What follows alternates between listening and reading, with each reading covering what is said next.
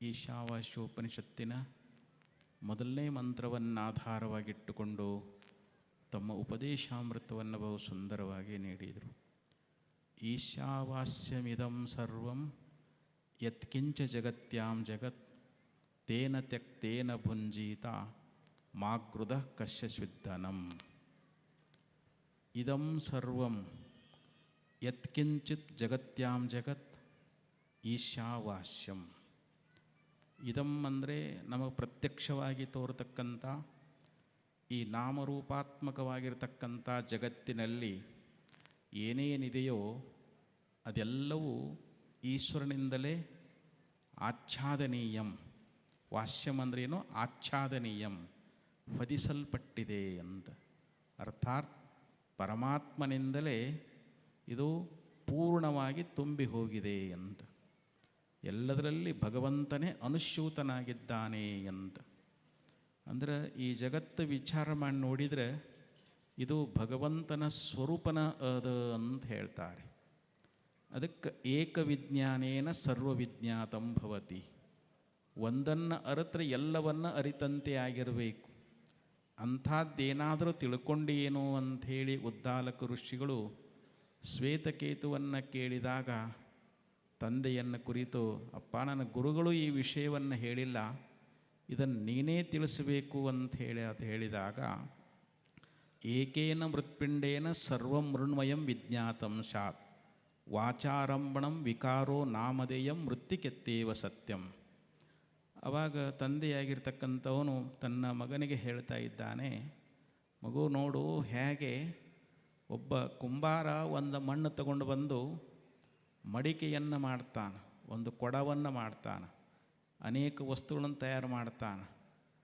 ಅವುಗಳಲ್ಲಿರ್ತಕ್ಕಂಥ ನಾಮರೂಪಗಳು ಅವು ಮಿಥ್ಯಾ ಅದಾವು.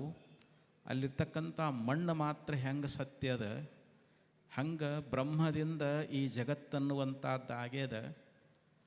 ಮಣ್ಣು ಬಿಟ್ಟು ಮಡಕ್ಕಿಲ್ಲ, ತನ್ನ ಬಿಟ್ಟು ದೇವರಿಲ್ಲ. ಹಂಗೆ ಇಲ್ಲಿ ಬ್ರಹ್ಮದ ವಿವರ್ತವೇ ಜಗತ್ತಾಗ್ಯದ ಅಂತ. ಮಣ್ಣು ತನ್ನ ಸ್ವರೂಪವನ್ನು ಹಾನಿ ಮಾಡಿಕೊಳ್ಳಾರ್ದಂಗೆ ಅನೇಕ ಮಡಿಕೆಗಳಾಗಿ ಹೆಂಗೆ ತೋರೆಯೋದು, ಅಥವಾ ಒಂದು ಬಂಗಾರವೇ ತನ್ನ ಸ್ವರೂಪಕ್ಕೆ ಹಾನಿ ಮಾಡಿಕೊಳ್ಳದಂತೆ ಅನೇಕ ಆಭರಣಗಳಾಗಿ ಹೆಂಗೆ ತೋರೆಯೋದು, ಅಲ್ಲಿ ಹೆಂಗೆ ಒಂದು ಬಂಗಾರವೇ ಸತ್ಯದ, ಆಭರಣಗಳು ಹೆಂಗೆ ಮಿಥ್ಯೆ ಆಗಿದ್ದಾವೆಯೋ, ಹಾಗೆ ನಾಮರೂಪಗಳಿಂದ ತೋರ್ತಕ್ಕಂಥ ಈ ಜಗತ್ತನ್ನುವಂಥದ್ದು ಇದು ವಿಚಾರ ಮಾಡಿ ನೋಡಿದರೆ ಏನದ ಅಂತಂದ್ರೆ ಇದು ಬ್ರಹ್ಮರೂಪವೇ ಅದ. ನಾಮರೂಪಗಳು ಮಿಥ್ಯೆ ಆದವು, ಅದಕ್ಕೆ ಆಧಾರ ಅಧಿಷ್ಠಾನವಾಗಿರ್ತಕ್ಕಂಥ ಬ್ರಹ್ಮ ಒಂದೇ ಸತ್ಯದ. ಅದಕ್ಕೆ ಈ ಜಗತ್ತಿನೊಳಗೆ ವಿಚಾರ ಮಾಡಿ ನೋಡಿದರೆ ಸರ್ವತ್ರ ಬ್ರಹ್ಮವೇ ತುಂಬಿಕೊಂಡದ ಅಂತ. ಬಹಿರಂತಶ್ಚ ಭೂತಾನಾಂ ಅಚರಂ ಚರಮೇವಚ ಸೂಕ್ಷ್ಮತ್ವಾತದ ವಿಜ್ಞೇಯಂ ದೂರಸ್ಥಂ ಚಾಂತಿಕೇ ಚ ತತ್. ಮತ್ತೆ ಒಂದು ಮಂತ್ರದಲ್ಲಿ ಬಹಳ ಸುಂದರವಾಗಿ ಹೇಳಿದರು, ಬಹಿರಂತಶ್ಚ ಭೂತಾನಾಂ. ಹಾಗಾದರೆ ಪರಮಾತ್ಮನ ಅಸ್ತಿತ್ವ ಎಲ್ಲಿದೆ, ಪರಮಾತ್ಮ ಎಲ್ಲಿದ್ದಾನೆ ಅಂತಂದರೆ ಭೂತಾನಾಂ, ಎಲ್ಲ ಜೀವರಾಶಿಗಳು, ಅದು ಚೇತನ ಆಗಿರ್ಬೋದು, ಜಡ ಆಗಿರ್ಬೋದು, ಎಲ್ಲ ವಸ್ತುಗಳ ಒಳಗೂ ಹೊರಗೂ ಮಧ್ಯದಲ್ಲಿ ಅವನೇ ತುಂಬಿಕೊಂಡಿದ್ದಾನೆ. ಮತ್ತು ನಮಗೆ ಯಾಕೆ ಕಾಣ್ತಾ ಇಲ್ಲ ಅಂತಂದರೆ ಸೂಕ್ಷ್ಮತ್ವಾತದ ವಿಜ್ಞೇಯಂ, ಅವನು ಅತ್ಯಂತ ಸೂಕ್ಷ್ಮನಾಗಿರುವುದರಿಂದ ಅವನನ್ನು ನಾವು ಇಂದ್ರಿಯಗಳಿಂದ ಅರಿಲಿಕ್ಕಾಗೋದಿಲ್ಲ. ನಾವು ಅವನನ್ನು ಜ್ಞಾನದಿಂದಲೇ ಅರಿಬೇಕಾಗ್ತದೆ. ಅದಕ್ಕೆ ಆಚಾರ್ಯರು ಒಂದು ದೃಷ್ಟಾಂತ ಕೊಟ್ಟರು. ಈಗೊಂದು ಶ್ರೀಗಂಧದ ಕಟ್ಟಿಗೆ ಅನ್ನುವಂಥದ್ದಿದೆ, ಅದನ್ನು ನಾವು ನೀರೊಳಗೆ ಹಾಕಿದ್ದೀವಿ. ಬಹುಕಾಲದ ಪರ್ಯಂತರವಾಗಿ ನೀರೊಳಗೆ ಬಿಟ್ಟಾಗ ಆ ಕಟ್ಟಿಗೆಯ ಮೇಲೆ ಒಂಥರ ಪಾಚಿ ಬರ್ತದೆ. ಅದು ತನ್ನ ಸುಗಂಧವನ್ನು ಬೀರ್ತದೇನೋ ಅಂತಂದರೆ ಇಲ್ಲ. ಆ ಶ್ರೀಗಂಧದ ಕಟ್ಟಿಗೆಯನ್ನು ನಾವು ಕಲ್ಲಿಗೆ ತೆಯ್ದಾಗ ಏನಾಗ್ತದೆ, ತೆಯ್ತಾ ಹೋದಂಗೆ ಅದರ ಮೇಲಿನ ಪಾಚಿ ಎಲ್ಲ ಹೋಗಿ ಆ ಶ್ರೀಗಂಧ ಸುಗಂಧವನ್ನು ಹೆಂಗೆ ಬೀರ್ತದೋ ಹಂಗೆ ನಾವು ನಾಮರೂಪಗಳನ್ನು ಬಾಧಿಸ್ತಾ ಹೋದಾಗ ನಮಗೆ ನಿಜವಾದ ಆ ಬ್ರಹ್ಮದ ಒಂದು ಸ್ಫುರಣ, ಅಂದರೆ ಆ ಬ್ರಹ್ಮದ ಒಂದು ಅಸ್ತಿತ್ವ, ಆ ಬ್ರಹ್ಮವೇ ನಾವಿದ್ದೇವೆ ಎನ್ನುವಂಥ ಒಂದು ಯಥಾರ್ಥ ಅನುಭವ ಅನ್ನುವಂಥದ್ದಾಗ್ತದೆ ಅಂಥೇಳಿ ಈ ಪ್ರಕಾರವಾಗಿ ಆಚಾರ್ಯರು ಒಂದು ದೃಷ್ಟಾಂತವನ್ನು ಕೊಟ್ಟು ತಿಳಿಸ್ಕೊಂಡು ಬಂದಿದ್ದಾರೆ. ಅದಕ್ಕೆ ಸರ್ವತ್ರ ಆತ್ಮ ಪರಿಪೂರ್ಣವೇ ಅದ. ಆ ಬ್ರಹ್ಮವಸ್ತು ಅನ್ನುವಂಥ ಜಗತ್ತಿನಲ್ಲಿ ನಾವು ಏನೇನು ನೋಡ್ತೇವೋ ಅದೆಲ್ಲವೂ ಬ್ರಹ್ಮವೇ ಅದ. ಆದರೆ ಸೂಕ್ಷ್ಮವಾಗಿರುವುದನ್ನು ನಮಗೆ ತಿಳಿಲಿಕ್ಕೆ ಆಗ್ತಾ ಇಲ್ಲ. ಆದರೆ ಜ್ಞಾನಿಗಳಿಗೆ ಇದು ಅಪರೋಕ್ಷವೇ ಆಗ್ಯದ. ದೂರಸ್ಥಂ ಚಾಂತಿಕೇಚತ್ ಅಂತ ಹೇಳಿದರು. ಅದು ಅಜ್ಞಾನಿಗಳಿಗೆ ಬಹಳ ದೂರ ಅದ, ಆದರೆ ಜ್ಞಾನಿಗಳಿಗೆ ಅದು ಅಪರೋಕ್ಷವೇ ಆಗಿದೆ ಅಂಥೇಳಿ ಮಂತ್ರಕಾರ ನಮಗೆ ಉಪದೇಶ ಮಾಡಿಕೊಂಡು ಬಂದರು. ಅದಕ್ಕೆ ಈಶಾವಾಸ್ಯಮಿದಂ ಸರ್ವಂ ಯತ್ಕಿಂಚ ಜಗತ್ಯಾಂ ಜಗತ್ ತೇನ ತ್ಯಕ್ತೇನ ಭುಂಜೀತ.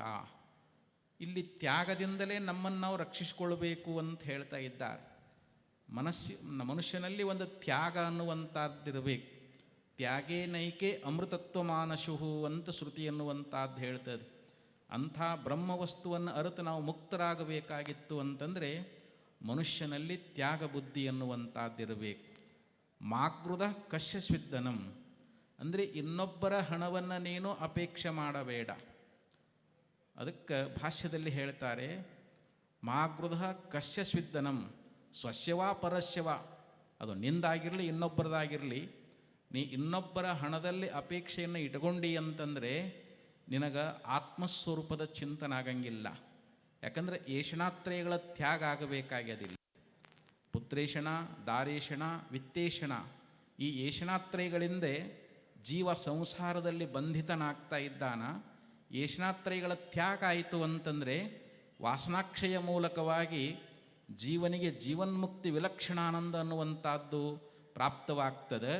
ಅದಕ್ಕೆ ಇದೆಲ್ಲವೂ ಪರಬ್ರಹ್ಮ ಸ್ವರೂಪವೇ ಅದನ್ನುವಂಥ ಯಥಾರ್ಥ ಜ್ಞಾನವನ್ನು ಮಾಡಿಕೊಂಡು ನಾವು ಆ ಬ್ರಹ್ಮವನ್ನು ಎಲ್ಲ ಕಡೆಯಲ್ಲಿ ನಾವು ನೋಡ್ತಾ ಇದ್ದೀವಿ ಅಂತಂದರೆ ಅದುವೇ ನಿಜವಾದ ಒಂದು ಅಪರೋಕ್ಷ ಅನುಭವ. ಅದನ್ನು ಸದ್ಗುರುಗಳು ಅಪ್ಪಾಜಿಯವರು ಎಲ್ಲರೂ ನಮ್ಮೆಲ್ಲರಿಗೂ ಕರುಣಿಸಲಿ ಅಂತ ಹೇಳ್ತಾ ಈ ಎರಡು ನುಡಿಗಳನ್ನು ಇಲ್ಲಿ ವಿರಾಮ ಮಾಡ್ತಾಯಿದ್ದೀನಿ.